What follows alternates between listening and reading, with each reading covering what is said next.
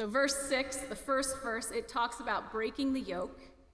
A yoke refers to that wooden thing that goes over the neck of like oxen.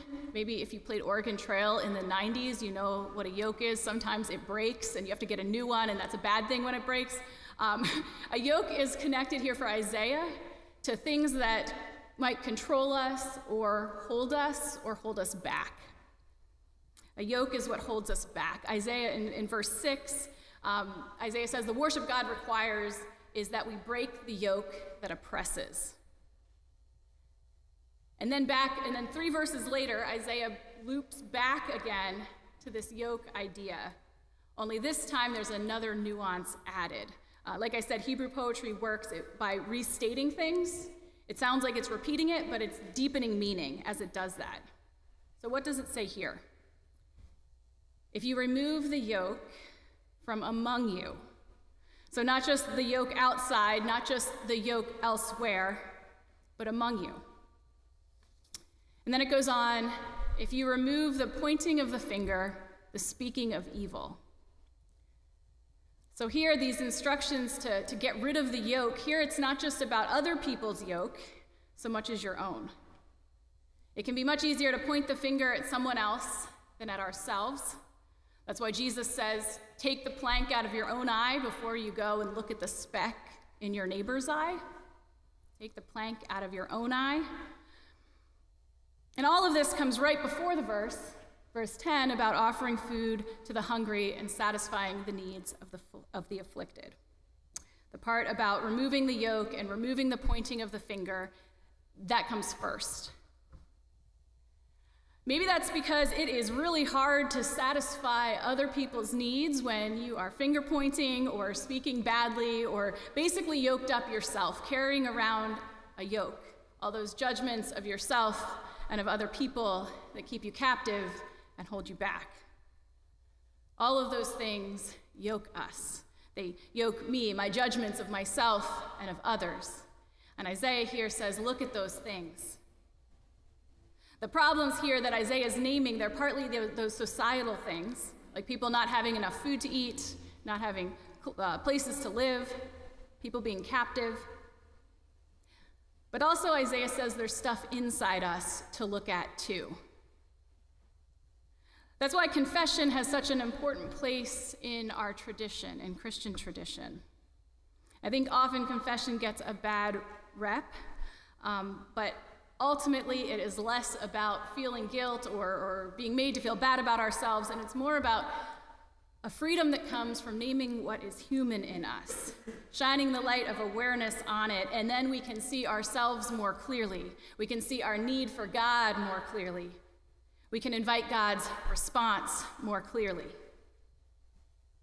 In a sense, confession is a chance to see the yoke that is already around our shoulders, and then God can start to take it off.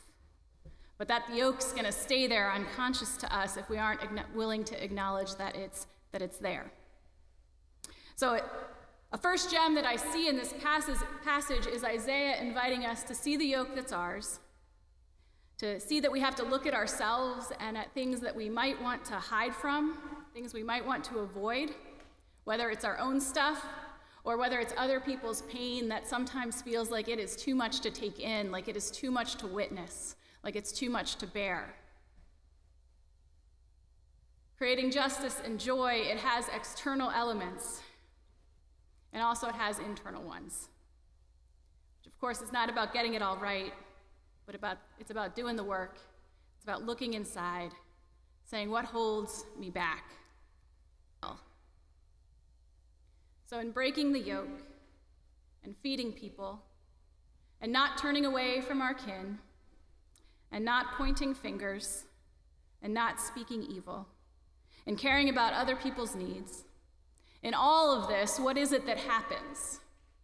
The Lord guides us and satisfies our needs. God makes us like a well-watered garden. A kind of paradox emerges, which is that in caring about other people's needs, our needs are met. In working toward the healing of others, we are healed. That's a second gem here that caught me. Now, some of you might be thinking, now, Allison, is that always true? Aren't there some of us who might focus so much on other people's needs that we forget about our own in ways that aren't healthy? I know that happens. But I think what this passage is saying is that it's reminding us that giving that is healthy is giving that makes our bones strong, giving that makes us like a watered garden. So if my plants are withering over here because I'm neglecting them by focusing too much over there, well, maybe that's not what God has in mind here. Maybe what God has in mind is something more mutual. We take care of our garden and we look to our neighbor. I think Isaiah would probably say that we don't have to choose. Maybe sometimes we want to focus on someone else's garden because we can't bear to be alone in our own. But that's not the kind of giving or caring that Isaiah is talking about. Maybe sometimes we focus much more on someone else's needs because we were taught that ours don't matter. And Isaiah is saying, no, God will satisfy your parched places. God will make your bones strong. Isaiah isn't speaking these words as prophecy to people in his time who have unmet need after unmet need. But Isaiah is speaking these words to ones whose needs are met, and yet who are still thirsty for something, who still know they thirst for something. And Isaiah is saying what you're thirsting for, it is so close as caring for the person who is next to you in your human family.